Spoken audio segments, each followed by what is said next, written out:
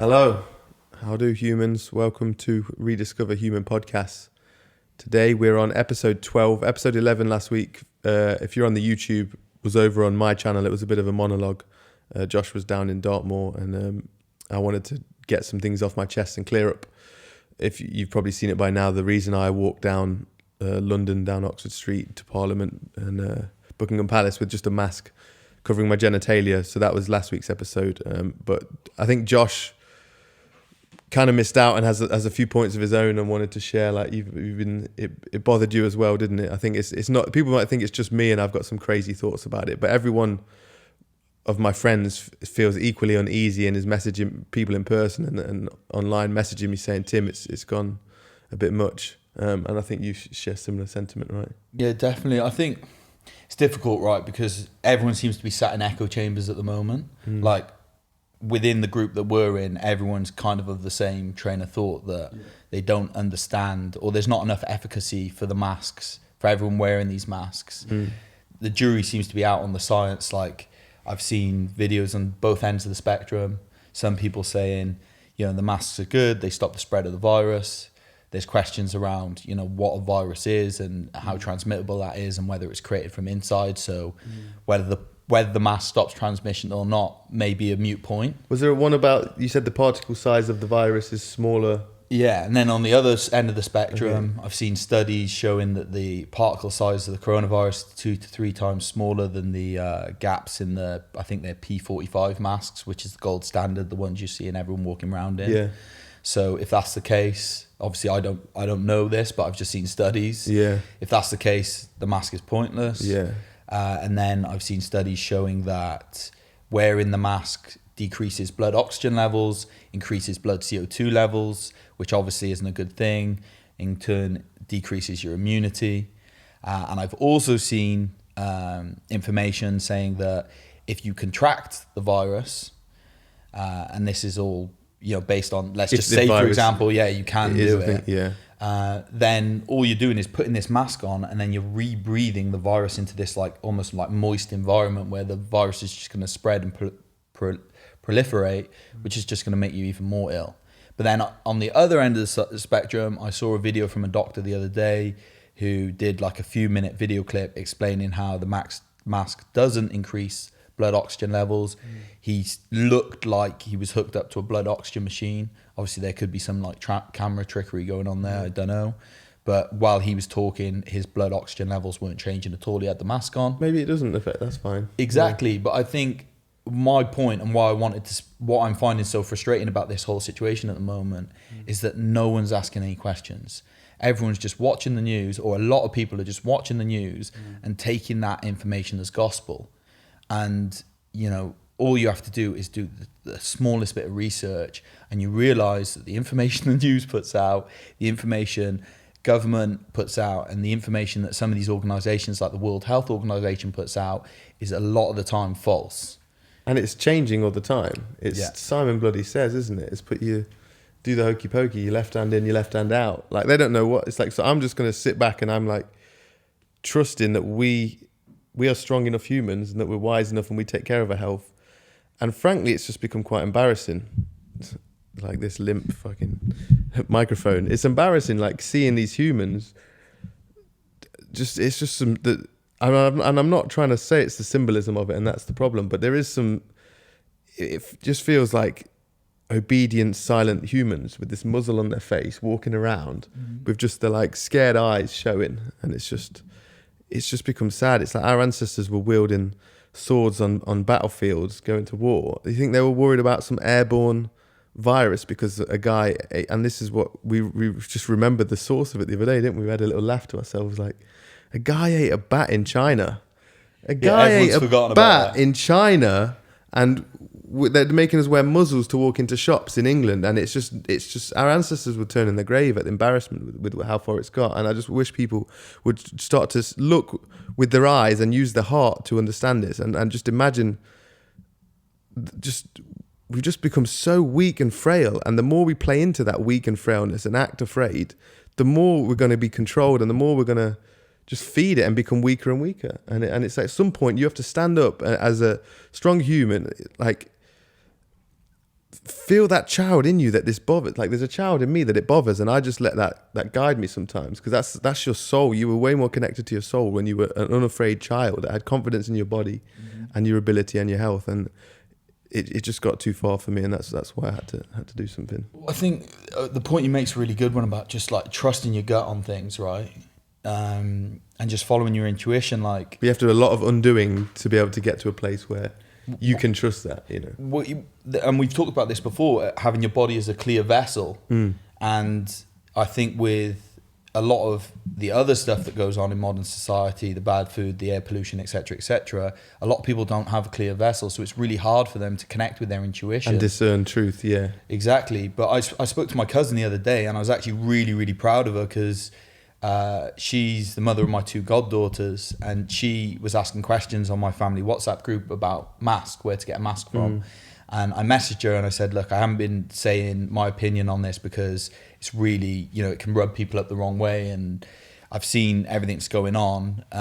So I'm not like, going out to people and speaking about it and going up to people in the street and saying, look, you shouldn't be wearing that mask, even though that's my belief. I think everyone, do what you want to do. But when it comes to my goddaughters, I felt the need to step in. So I just messaged her and said, rightly so. Look, this is my opinion on it. Take it or leave it. But, I just think twice before you put a mask on the girls. And she came back straight away and she said, oh, don't worry, it wasn't for the girls. It was for a friend of mine asking. My gut just tells me I just don't feel right putting the mask on the girls. And I was like, right, there you go. There's mother's intuition working. And I just felt really proud of her for saying that. And I think more people just need to try and connect with that and just ask the question. I'm not saying my opinion is, we shouldn't be wearing masks. I've made a decision not to wear a mask myself. And we can go into that after, but I'm not telling other people don't wear a mask. I'm telling other people, look inside, feel, find out what you truly think about it.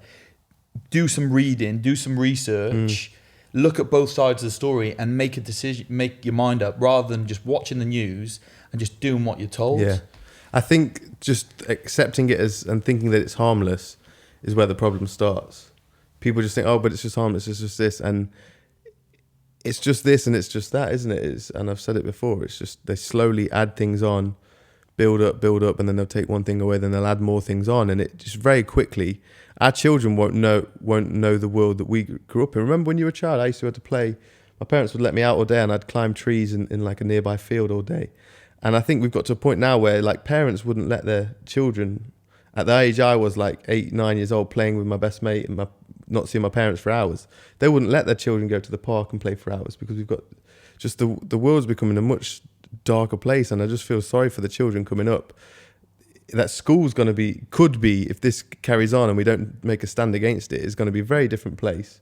And all the friendships are going to change, and the way they see health is just getting more and more brainwashed. And I'm worried for them. And people think this is some attention-seeking thing about me, and it's really, it's the bigger picture right here. It's humanity as a whole, and I'm very grateful to have friends like you that see it as well, and the people that reach out that see it. But it's worrying that there's not many people protesting this, that there aren't many people that see this as an important reason to protest, but all we can do is share what we feel and do our best.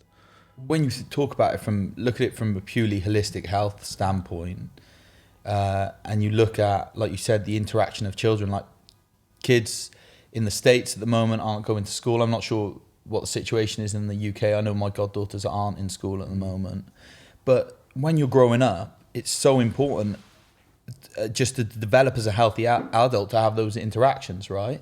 And that's something we have inherently built in, which is kind of ignored today, is that we've got this ability, we've got these mirror neurons that pick up on subtle changes in facial expression, in body language. You can get into a lift with someone who's in a bad mood, and they're in a bad mood. That's because your mirror neurons are picking up, you're able to pick up on the energy they're giving off.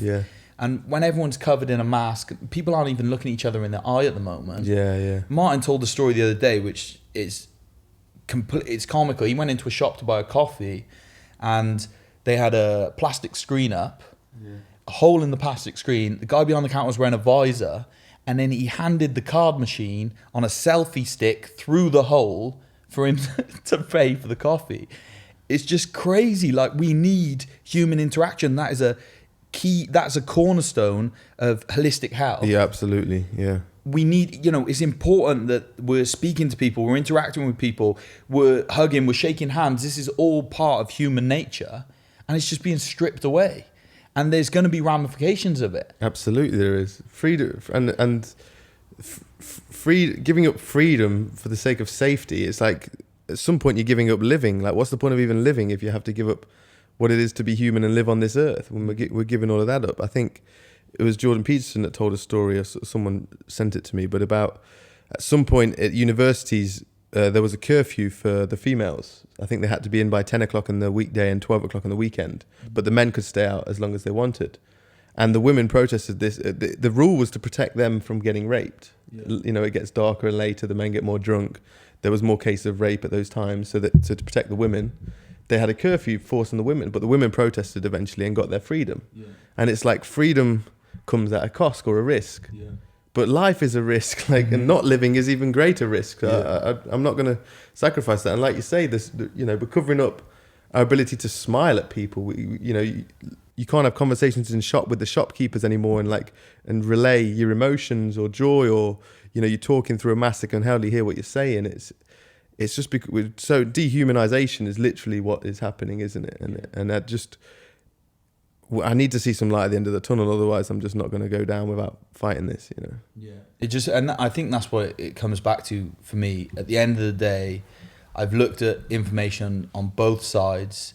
I'm not sure on the efficacy of the mask. I'm not sure on the origin of the virus itself. I just don't know. But my gut feeling is telling me not to wear a mask and not to start conforming to this new regime almost. Yeah. And I think looking into that a little bit more deeply, one of my main concerns is, where is it leading? And like you said, it's like this step, how far can we push every people? Inch you give, they're going to try and take another inch. Yeah. And at some point you've got to draw a line in the sand and say, this is too far. And we are looking at sickness wrong. Sickness is a personal responsibility. Yeah. And I'm tired of you looking at it as this is just some bad luck that some humans happen to do it.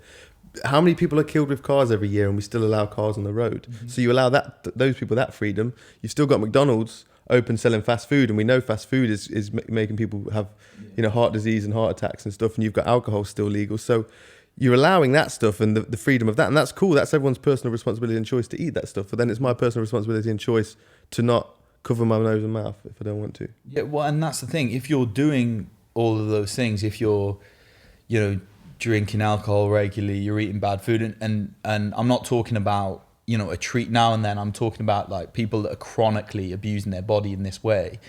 And the soul's telling you, your soul is going, stop doing that, and screaming, and then you get a sickness and cancer and you might die if you don't listen to it. Yeah, exactly. And that's, so, that's the point you were making earlier, where people just think this stuff just happens. No one just... Not an accident. Cancer doesn't just appear one day. That's it develops after years and years of people abusing their body through, whatever means, smoking, bad food, etc., etc. Emotional, blocked emotions. We don't know how to release our emotions. That's another cause of stuff. 100%. And removed from the medicine that's put on here, plant medicines, and a relationship to a higher power, the unnatural, which is all these masks and supermarket processed foods and McDonald's, unnatural, feeds off of the natural, and the natural feeds off of the supernatural. Well, you cut off our relationship to the supernatural, you're removing the source of energy, of life source. That's why people are becoming weaker and dying, because they don't have that relationship anymore. Yeah. To the soul, the higher self, and God. And through all those practices, if people are doing all that stuff, all the, eating the bad food, etc., their immunity is going to be in the fucking toilet. It's going to be, they're going to have low level of immunity. You can't blame us for not wearing a mask for that. Exactly. From day one of this, I thought something was up, and it really didn't sit right with me from day one.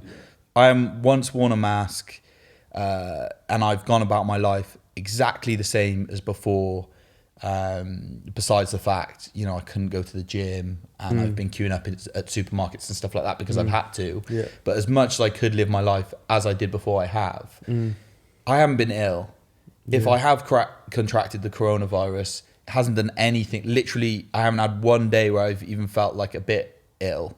So either I haven't contracted it, which seems unlikely if, you know, the official figures of 40,000 people dying from it in the UK are true, which we can go into after, or I have contracted it, I've been completely asymptomatic, and I'm just going on along with my life as normal. Body can deal with it. And then we look at how many, all these small businesses have shut down.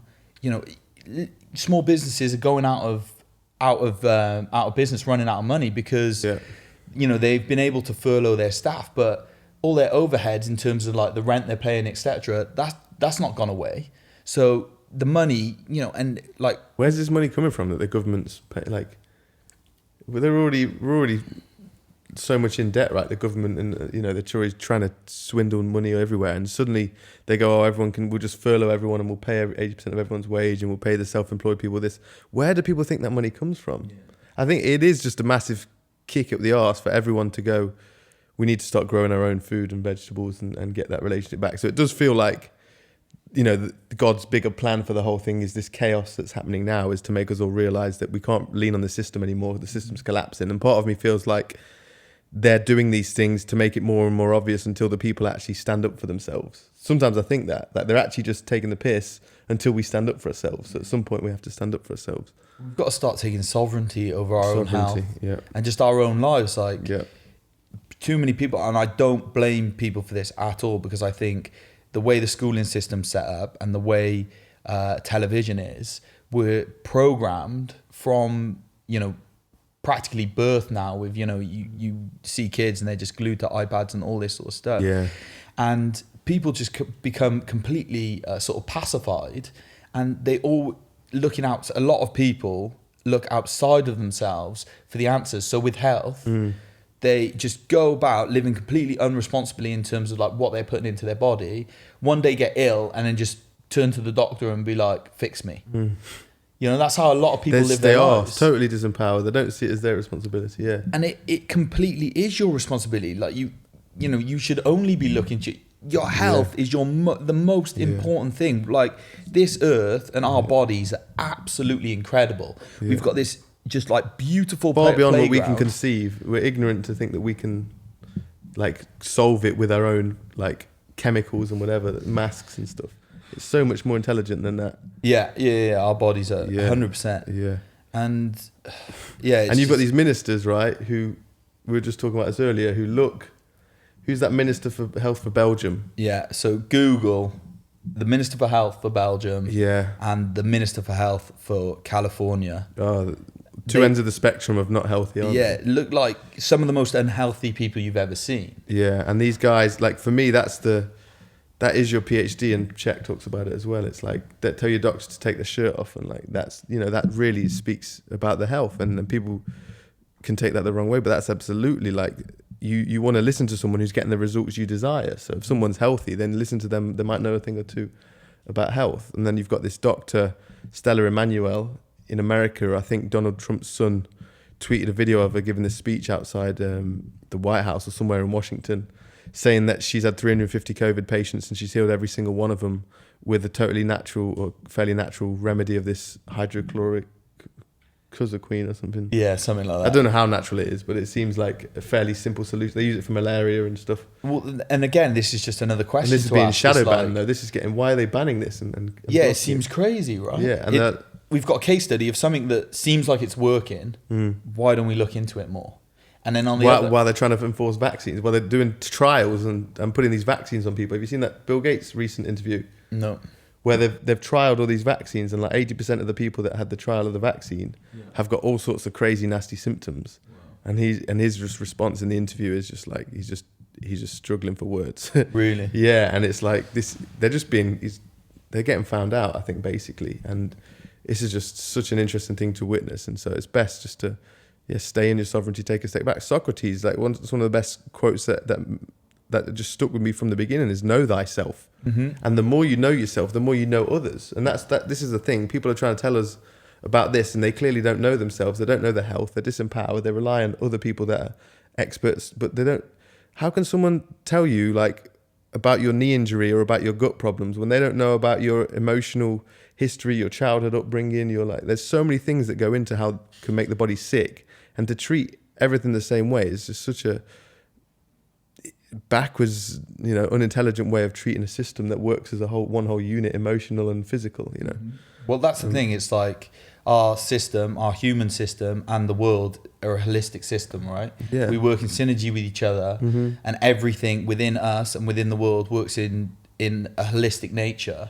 But yeah, medicine, we look at everything in silos. Yeah. And don't get me wrong, like I think if you've got a broken leg, go to the doctor. Absolutely. He's going to fix your leg. That's acute injuries, right? Acute injuries need those. That's amazing, but most of it's chronic, and it's when the way we treat chronic stuff, like diabetes, heart disease, all these sort of things. It's like if you look at, so for example, statins are one of the drugs they give for heart disease, and they have terrible side effects. They induce strokes in especially women quite a lot, and there's loads of evidence for this. Yeah. But yet, shitloads of people are still on statins. Yeah. Just makes no sense. Because it just focuses on one thing. It's not what is it that the mushrooms do when they're entheogen, not entheogen, but it treats like the whole system. It meets you where your body's at, and it helps it heal in that direction, rather than like the chemicals like statins that just do one thing for you.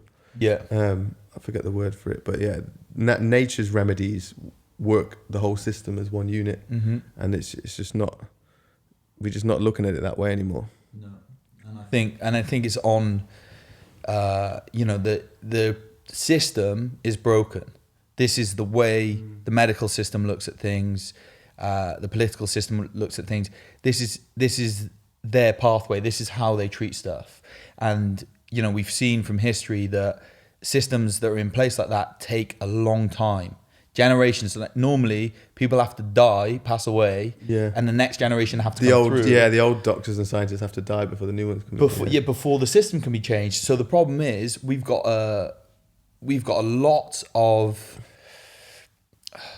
stuff going on in the world right now, for lack of a better term, with coronavirus being a massive part of that, and the system is broken as far as I'm concerned. Completely, because humans are least healthy than they've ever been. Yeah, and we're continuing to treat. Yeah, and we're continuing to treat methods the same way we're doing, and it's just backwards and blind. Yeah, we can't see the doctors can't see the forest for the trees. They're too busy with microscopes and lab coats, rather than in rivers and walking on mountains and eating natural food. It's completely backwards, and this is the point that I missed to make was we've got major case of Stockholm Syndrome. Do you know what Stockholm Syndrome is? It's where say like a kidnapper kidnaps someone and like keeps them captive for many years, and eventually the kidnappee like kind of like admires the person that kidnapped them and falls for them in a way that they're like they protect their suppressor, the oppressor, and that's basically what we've got a massive case of, where society is protecting the very people who aren't serving them, because they've just like, they think that what around them is actually like functional and actually for the greater good, and they just can't see what's actually going on. They can't see that we're the lack of health and the way we're actually slipping backwards down this slope as a society, and we're not moving in the positive direction that they think we are. Just because we've got the internet and apparently we've been to the moon, we think we're most advanced civilization in history, and it's like it's codswallop. Look at how unhealthy the world is, and how unhappy they are, and how much mental health issues there are, and how much racism's an issue now, and it's just not progressing, and it's simply because people don't know themselves. I consider myself a student of health, and I study health because I study it in myself, because I test things on myself and I observe how it works, and then therefore I'm able to help others because I know myself. Yeah. And these doctors don't know themselves; they just know lab results, and it doesn't see the greater picture. They're missing the forest for the trees. Yeah, 100%. I think with going back to the system, it's like a lot of people are going to be listening to this and are going to be getting triggered by it. You can guarantee that. And I think, like, just if that's you, if you're struggling to listen to this, then that is a really good indication that you need to take some time and try and know yourself and then come back and look at this. And I just really implore people, anyone that's being triggered by this, to just go away and do the research and try and look at things with fresh eyes. Yeah. And go back to my point earlier with the schooling system and the TV and everyone being programmed, we're brought up to believe the official narrative. We are trained from birth to just to accept what we're told. Look at the schooling system. You're not taught to think outside of the box. Stockholm Syndrome, mate. You're taught to regurgitate. The people that get the best results are the people that learn to regurgitate information the best. Yeah. We're not taught to think for ourselves. Yeah. We're not taught to experiment. We're not taught to do any of these things. Yeah. So we unlearn imagination and creativity. Yeah. And learn conformity. Yeah. And it's so hard to get that stuff back. And that's the process, isn't it? It's crazy. And the next generation is going to be even worse, because like you said, when you were growing up, and it was the same with me. I was out in the street playing all day with my mates, running around the woods and doing all this stuff, climbing trees. Yeah. And I was also spent big periods of time where, my mates weren't there for whatever reason, and I was bored kicking the football up against the back wall. Yeah. And I'm still reading that book, The Body Keeps a Score, and it was talking about how people develop the sense of self. And they did a study in a brain scan where they effectively got people to meditate, think of nothing, and just try and go, blank mind. And when they were in that state of blank mind, these parts of their brain lit up, which is effectively like a mohawk down the center of the brain. Yeah. And that is related to developing your sense of self. So all those times when you're growing up and you're bored and you're sat on your own and you're just sort of like twiddling your thumbs, you're developing a sense of self. How many kids do you see these days that aren't glued to an iPad? It's true. They don't have that time on their own doing nothing. They always fill it with something, yeah. And not only are they not developing the sense of self, they're looking at an iPad, the cartoons and all these stuff. You look at them, just watch a cartoon you can get on YouTube for 5 minutes. I've seen them with my goddaughters. It's a constantly changing stimulus. Chaos, isn't it? Yeah. It's chaos. Yeah. So and then you take a child that's used to looking at that, try and get them to read a book, or sit still and meditate for 10 minutes. Their brain is used to this constantly changing stimulus. Yeah. Otherwise, they just can't concentrate on a book. Yeah. It's a completely different. It's scary, man. It is scary, the place the world's going. Yeah. Unless people start taking back sovereignty, thinking for themselves, taking care of their own health, taking responsibility for their health. Yeah, knowing themselves. Yeah, man. So I don't know if there's a good way to segue this, but it is connected, or we think it is anyway. But we wanted to talk about today was what I mentioned at the end of the last video, which was about how we kind of think that the people that are leading us, that are making these decisions on our behalf, that we don't think look necessarily healthy, are mates with a guy who's seen of as one of the biggest monsters of our kind of generation, Mr. Jeffrey Epstein, who I guess RIP is probably not the right thing to say, if he is even. Who knows? If he is even dead. He could be resting in paradise on his island, could be back wherever. But this is ongoing, and I know we were kind of late to the story with Epstein. Both of us were. I only started on it a few weeks ago and then mentioned it to you, and you've kind of got hooked into doing your research with the Eric Weinstein stuff, because that's a fascinating part of it, which we'll go into. So for people who haven't followed the Jeffrey Epstein case, I guess I'll try and give a quick summary of that, and then we can go into what we think. Because basically this guy was, I think, arrested in maybe 2000. He's a multimillionaire. They reckon he's got 600 or so, or had 600 or so million for being a hedge fund manager. Had an island in the Bahamas or somewhere, St. James, Virgin Isles, the Virgin Isles. Place in Miami on Palm Beach in New York. He had like a 77 million mansion that he bought from the founder of Victoria's Secret and Abercrombie and Fitch. Lex Wexner, who bought that from him for way cheaper than it's actually worth. Mm-hmm. And essentially this guy has these houses, and he used to get, in his Palm Beach one, this is where a lot of the cases came from, he'd get these 14 or 15-year-old schoolgirls round to his place, he'd get them to give him a massage, and then he'd kind of masturbate in front of them, and then he'd try and, each time they'd come round, he'd give them $200 and then develop it further to sexual relations. If they wouldn't do that, he'd say, if you get me a friend to come and do that, I'll give you $200 for getting the person that will do it. So he developed this kind of system where he it was like a underage sex ring in Miami, and then beyond that, he'd fly underage girls to his island. We once got a gift of 3 12-year-old children. If you see the Netflix, I've did a lot of research, watching interviews with the people who had been victims of his, and then I'd watch interviews with people that have met him and know him, and then I finally watched a Netflix documentary, because with Netflix, I never know how much I can trust that as a mainstream source with the missing important things or whatever, but it was really worth a watch, and that needs to be watched as much as Tiger King and the Michael Jordan one. This needs to get watched by as many people so they know what's going on, even though they didn't quite touch on as deep as it goes. But so this guy has this private island where he gets people to, he flies underage girls, everyone that's there kind of knows what's going on. He's one like I was saying, one guy, he got this gift of 3 12-year-old girls from France flown in for his birthday one year, and all this stuff goes super, super dark and deep. And he'd have these parties on the island, he'd have parties in the house, and you've got Bill Clinton's has been registered on 26 flights with this guy. You've got Bill Gates meeting with him because Bill Gates wanted to raise money for his philanthropic work, and it's like Bill Gates doesn't need to meet this guy to raise money. With 110 billion, I think, Bill Gates. As if he needs to raise any money. From this guy's worth a lot less than him. So in 2008 he got arrested.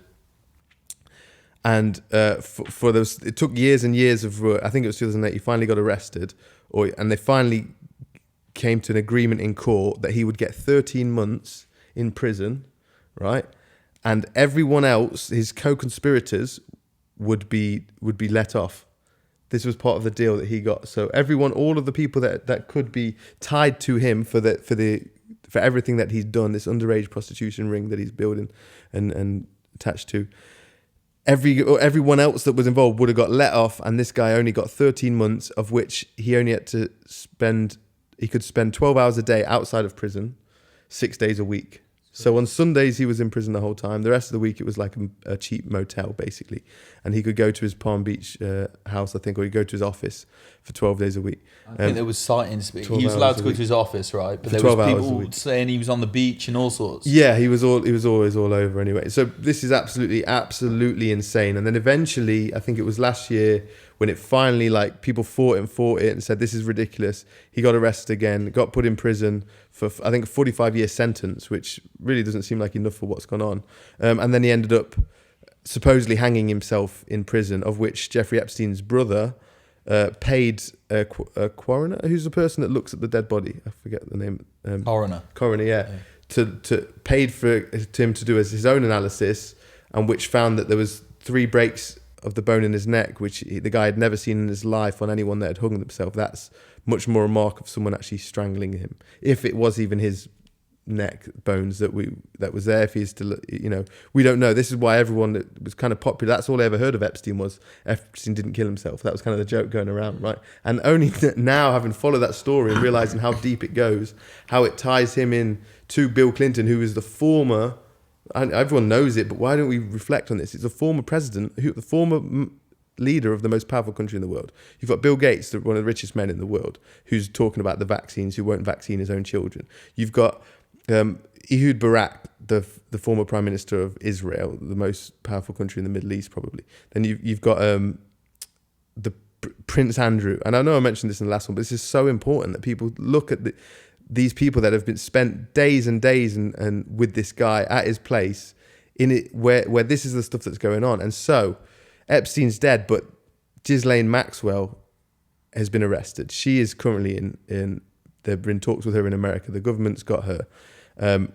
She was like Geppetto, and Epstein was more Pinocchio, or like she was the one that pulled the strings behind the scenes and was very much a co-conspirator in all of the cases. And a lot of the girls said that she was the one that would come and get them and say, right, you need to go and see Jeffrey now, and you need to do this, and you need to go and do to Prince Andrew what you do for us guys. That was how it went down. So they've got her. They've just got 1,000 cases they've just opened, or 1,000 files that they've opened, which has got a lot more flight details and who was on the flight. So and it has to stay it's in court for a week before they're allowed to announce it to the public. So within the next few days, some of these details might come out about that Ghislane Maxwell. And then you saw President Trump, they asked him about Maxwell, and he goes, I don't really know her, but he goes, I think I met her. He goes, I wish her well, which is... He knew Jeffrey Epstein. There's photos of him with Epstein. He knows exactly what's going on. He knows the case, and he sort of seemed to deny it. And people say he's an idiot for denying it. But I wonder if he's just doing the smart thing and staying out of it while it's being dealt with behind the scenes, and it's best that he just does like the Dana White style of just denial until it's actually out in the case. So you just did some Eric Weinstein research. So we're really trying to debate here with Epstein, because there's some Eric Weinstein seemed to think he was a construct and maybe a honeypot, right? Yeah. That him and Ghislane Maxwell, her dad was former Israeli Secret Service. Yeah. While I think he owned the Express in England or some other stuff. I'm not sure about that. Goes deep, and so this ties in with all the leading powerhouses of all this stuff behind the scenes, and we don't know if they were collecting data on other leaders, but they were also getting involved in it. So you seem to think. Well, I think just going back a bit, for me, this is another great example of where the official narrative is blatantly not the truth, right? Okay, I think there's a slight chance that Jeffrey Epstein hung himself in that cell. Yeah, like you said, they've done additional research. They've shown the breaks in his neck. They've shown it looks like he was much more likely that he was choked rather than he hung himself. If he was in a maximum security prison. It's insane. Which had no instance of suicide in 10 years. He was supposed to be on guard by 2 security guards, and there's supposed to be 2 security cameras. Both cameras were out at the time, malfunctioned at the time he supposedly hung himself. Both guards got their schedules mixed up or whatever. Neither of them were there. Yeah. And if you just Google now a picture of Jeffrey Epstein's cellmate, it's comical. He's like the biggest.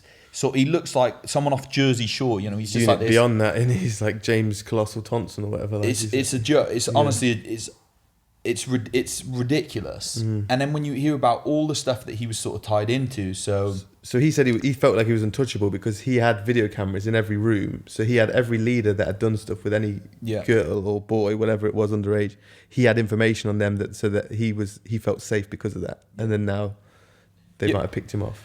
Yeah, well, so what I think what the train of thought Eric Weinstein is going down, and Eric Weinstein is a sort of like mathematician, physicist who runs a hedge fund. Super intelligent guy, him and his brother. He's got his own podcast called The Portal. He's done an hour talk where he addresses the whole Jeffrey Epstein situation. If you want to go into it deeper, that's a really good place to start. He was a great speaker. That what got me hooked on it, actually. Yeah. His stuff, yeah. And he's coming at it from a completely different angle. He's going, there's a lot of fishy stuff around this situation. Why aren't these questions being asked? Yeah. Why isn't the media pushing this more? Like, why? Surely if you're a young journalist and you see this and you see no one's writing about it or no one's digging into it deep, and there's so many holes, and it is a massive story, and there's a huge amount of public interest. There's a Netflix documentary that's just been brought out on it that I'm sure has got millions of views. Why isn't anyone digging into it deeper? And what the story you've just told of the documentary was sort of as far as my knowledge extended on it. Like, I knew he'd been sort of sleeping with a huge amount of underage girls, and that was something I don't think you touched on, was the amount of people. Like in that documentary, I've only watched 2 episodes, but they interviewed one of his like staff members who was like a gardener or something on the property, and they asked him how many women are coming in and out of the house per day, and he said it's a minimum of 2. So you're talking every day of the week. He had a massage every morning and every afternoon. Every morning and every afternoon. And it's all underage girls. And you just watch the documentary, and it's hard to watch. Like, that's why I only watched an episode and a half, because it's disturbing to watch. It's like they're showing the stories of these girls that have been abused at a young age. A lot of them are coming from really poor backgrounds. So they're like put into this like horrible scenario with this, this paedophile who's got loads of money, like loads of power, is obviously a psychopath, so he's like really confident in what he's doing. They're really poor, he's offering them money, all this sort of stuff. It's it makes you feel sick watching the documentary. But it's reality. Like I often try and avoid stuff that's so dark, but at the same time, it felt so important to get up to speed with this, because this is going on and this is hidden in the underworld. And as Eric Weinstein says, we tripped over something here. Yeah, this is like between the visible world and the invisible world. And as I said, touched on the last time, there is, once it goes beyond money and it's into power and it goes beyond that, it's like there's a shadow economy.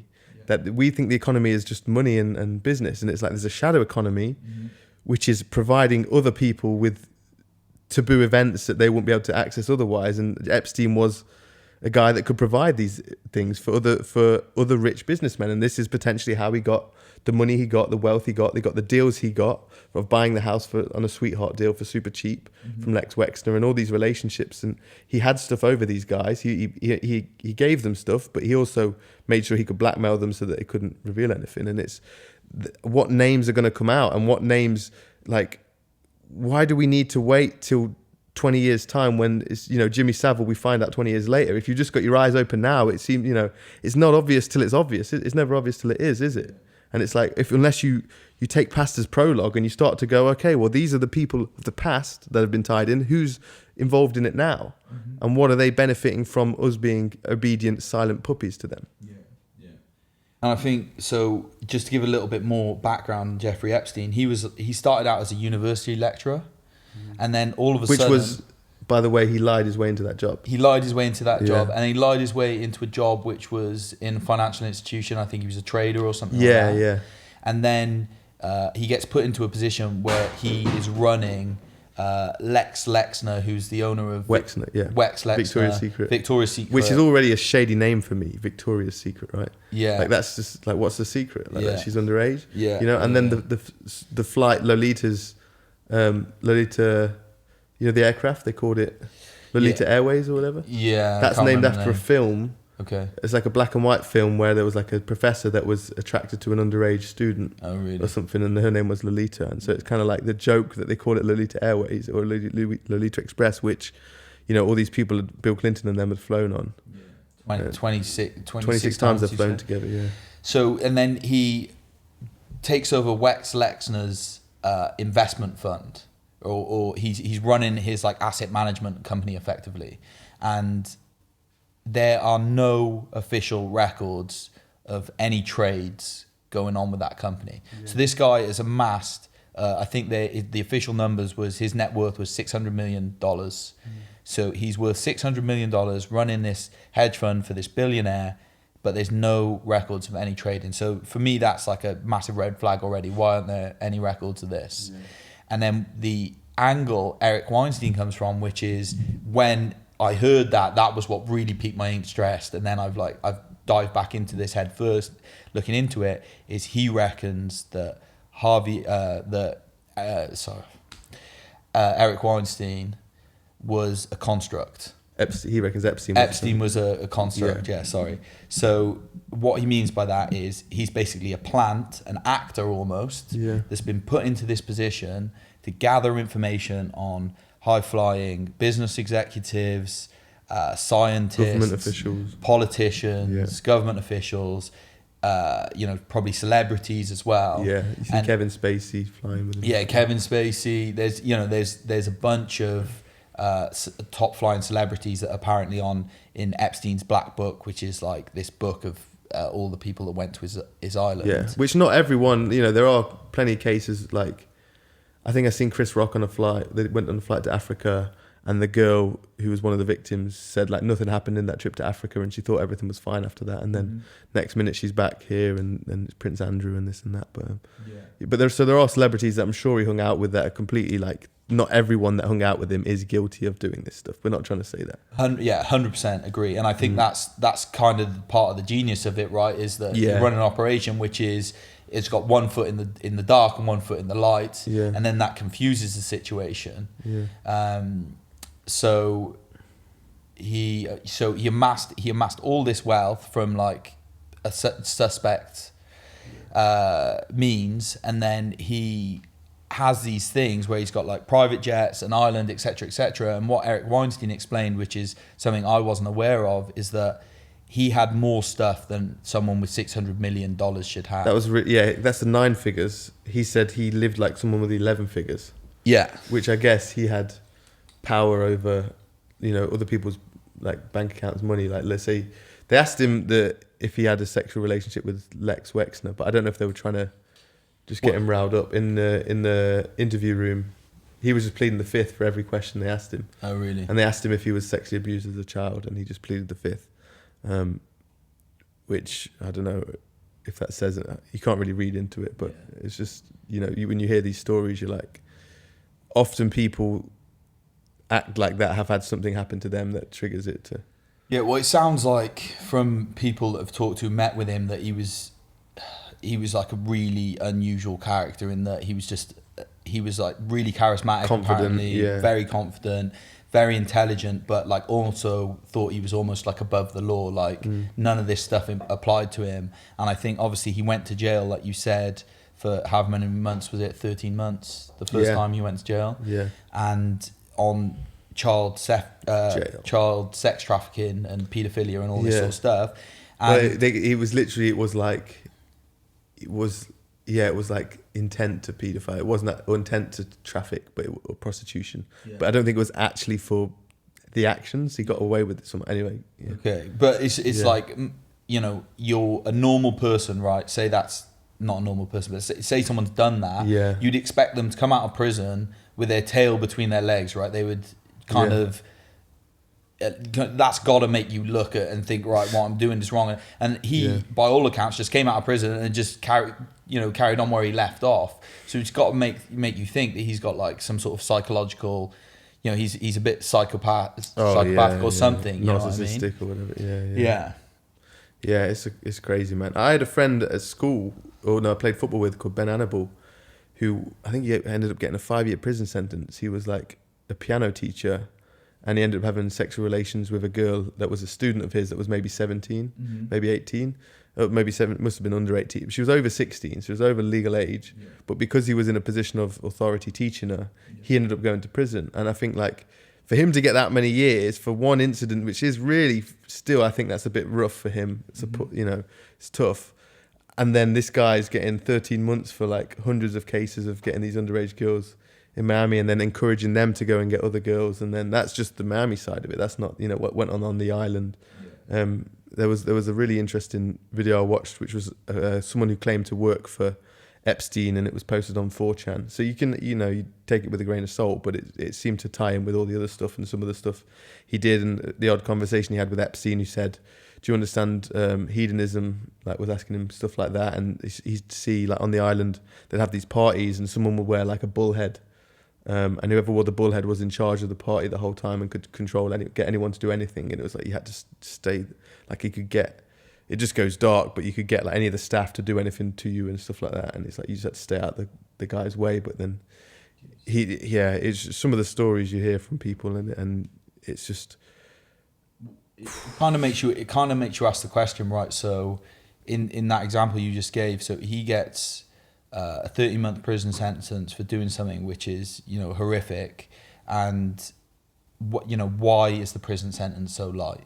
Why is he allowed to come out of prison and just carry on as he was? Yeah. And it makes you think, okay, there must be something else at play here. It's pen pushers. It's people that play the system. Yeah, lawyers that know how to find loopholes in everything to make everything. So it's like we've just got this. It's worse. Like the system, the old school system of like, it's hard to say what's better. I guess like hanging people and that is still messed up, and killing people with a sword is messed up, Mm-hmm. But at least like if someone pissed you off, you could punch them in the nose and you're not going to go get arrested for it, because they maybe deserve to be punched in the nose or something. Yeah. Like the old school man-to-man issue of dealing with things. Yeah. This guy's a paedophile and he's got this island. Let's go on a boat, take over the island, string him up, stop it like that. But we have to go through the system now, and the system is just brains played by brains, and it's just men in suits that it's dehumanized again. Yeah, and it's bent because obviously, like Eric Weinstein suggests, is him and Ghislane Maxwell were these constructed people, and their sort of goal, their job was to and this isn't the official, this isn't confirmed, but this is what he's proposing, which to me makes a lot of sense. Their job was to honeypot all these high-flying to get all the blackmail information on them, but then to do what with? Were they working for the FBI? Were they? Well, this is what he proposes, and again, this is Eric Weinstein's perspective, and he doesn't say this is definitely what's happened, but he thinks that they might be work for the Israeli Secret Service and be on American soil. But then it's just gone a bit too... gathering information, and what he proposes is that maybe they put them in as a plant to gather information through, like prostitution and all this sort of stuff on high-flying American executives, etc., but they've got in and put their own sort of sick twist on it in terms of they've run away with this power that they've been granted, and then all the underage stuff has come out of the back of that. Now I don't know how true any of this stuff is, but it's really interesting questions, really interesting train of thought, and something it's important to look at those angles, like just to have an eye on it as a detective. You're like, okay, how could this tie it? And the way Trump reacted to Maxwell makes it say something, and the way Prince Andrew talked in that interview, you're like, is he trying to he never threw Epstein under the bus, he never completely disassociated from him, and Trump never threw Ghislane under it's like, what is really going on behind the scenes here? And I hope we get to see if we keep following the case, we get some deeper answers. But I do think it's such an important case that ties in with everything that's going on, even if people don't think there's a connection. These are people in power, and there are things that go on behind the scenes that we're unaware of. And just because the mainstream media doesn't report... the mainstream media reports on it. That's why this case is interesting for me, because they're actually reporting on it, and there are good people doing good journalistic work. But most people need... For a lot of cases, they need the mainstream media to confirm something before they'll even believe it. And then even then, this stuff comes out, and they're still in denial of wanting to see what could be the case that's in front of them right now. Well, there's an official narrative with the mainstream media, right? And I think if you look at this, at what has happened, the response from the government and the media and etc. isn't proportionate. It's like it's not. It should be way bigger. It should be way bigger, and that to me says there's something more at play here. Yeah, and people don't want to touch it because they're involved. Yeah, exactly. There's for whatever reason, whether it's politicians don't want to weigh in because they're blackmailed or they know someone that there's information on, and the media don't for the same reason. There's something else at play here, and I think this is another great example, like the COVID situation, where there's so many holes in the official narrative that it should spark people to look at these situations and then use these situations as an example to go, right, let's look at the system as a whole. Can we trust this? Should we be trying to empower ourselves more and trying to think for ourselves more and research for ourselves and make our own minds up rather than just accepting what we're told? Amen to that, brother. We went to the gym this morning. We had a good session, eh? The gyms have opened again. Yeah, that was a big rant. No, it's good. I think, thanks for everyone for following through with that. I think we needed to share that. Yeah. Respect.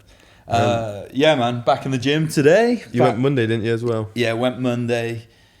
Started on the Strong Fit program, so I signed up to that. Yeah. If people have been following us, looking at the strongman stuff and everything, they haven't checked out Strong Fit 1 on Instagram yet, go check them out. They're doing amazing stuff.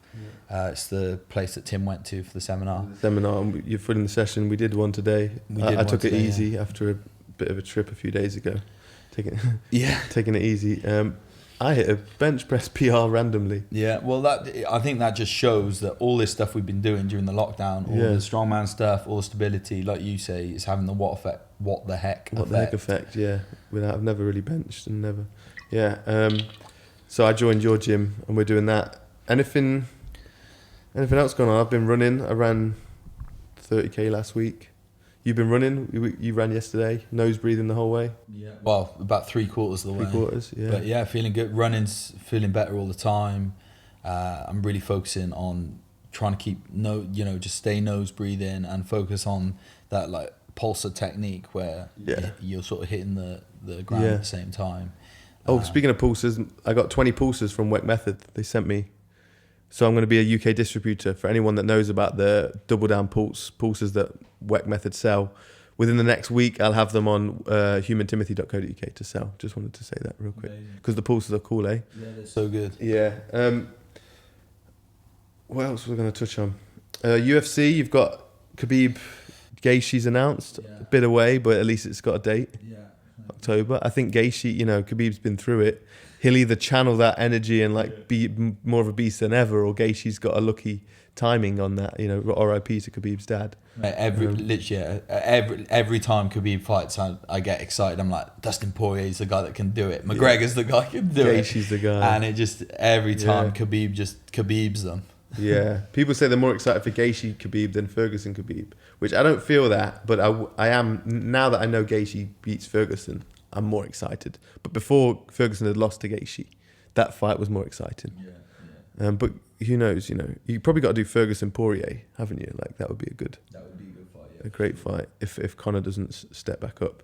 His hat back into the mixer. And Till Whitaker, what a fight that was. That was a great fight, man. Looks like Till's leveled up, but it just shows the depth. That division's really stacked right now. It's a tough division. Yeah. With Cannonier, you got Giacoman's in there. He looked good. Yeah, you've got quite a few coming through. I think Till, man, he could have done it. On another night, he could have done it for sure. It was the last round. It came down to the last round. He got taken down. And he had his knee blown out in the second round. True, yeah. If he won for that. Knee stomps. Who knows? Against former world champion in the division up. He really impressive stuff, man. Cool. I think we'll wrap it there, man. We went on 2 deep subjects quite hard. So thank you to everyone that's followed it until this point. Thanks to Lewis, as always, for helping with the audio so we sound crisp. Just stay tuned. We've got more training videos. We normally release podcasts on Mondays, training videos on Wednesdays. So we need to get one captured before next Wednesday. A week today. We've gone 2 weeks without now, haven't we? Yeah. Okay. We'll get some training for you guys. APE Nutrition. Yeah. So website is apenutrition.co.uk. We got keto bars, MCT oil, CBD oil, and Rediscover Human t-shirts. And for everyone asking, the larges are out of stock, but they're going to be back in next week. Oh yeah, the t-shirts are great. Yeah, a few people have been buying them. It's been good. And we've got very, very close to the next 2 products coming out. Yeah. Hopefully 2 weeks time we'll be able to announce that. That'd be exciting stuff. Yeah. And then Instagram is ape_nutrition. Awesome. My stuff is at Human Timothy on Instagram or at Way of the Rope. And my website's all through that. I think there's a 10% discount on the ropes with just Human. I think it's Human or Rediscover. I'll put it in the description below. I can't remember what I put. But the rope, I'm still loving the rope. I'm working on actually getting a thinner rope, a little tiny dancer, children's rope at the moment. So hopefully have that stuff in a few weeks' time.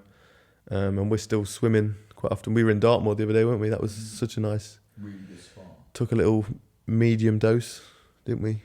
And went for a walk and barefoot hike. Yeah, it was really nice. Swam in a river. Swam in the pool. Yeah, with Harry and Izzy. Yeah, it was so nice. Yeah. I forgot to say as well, 10% discount for my website, Rediscovering Human, at checkout. There we go. Cool. Thank you guys. See you next time. Cheers. Peace.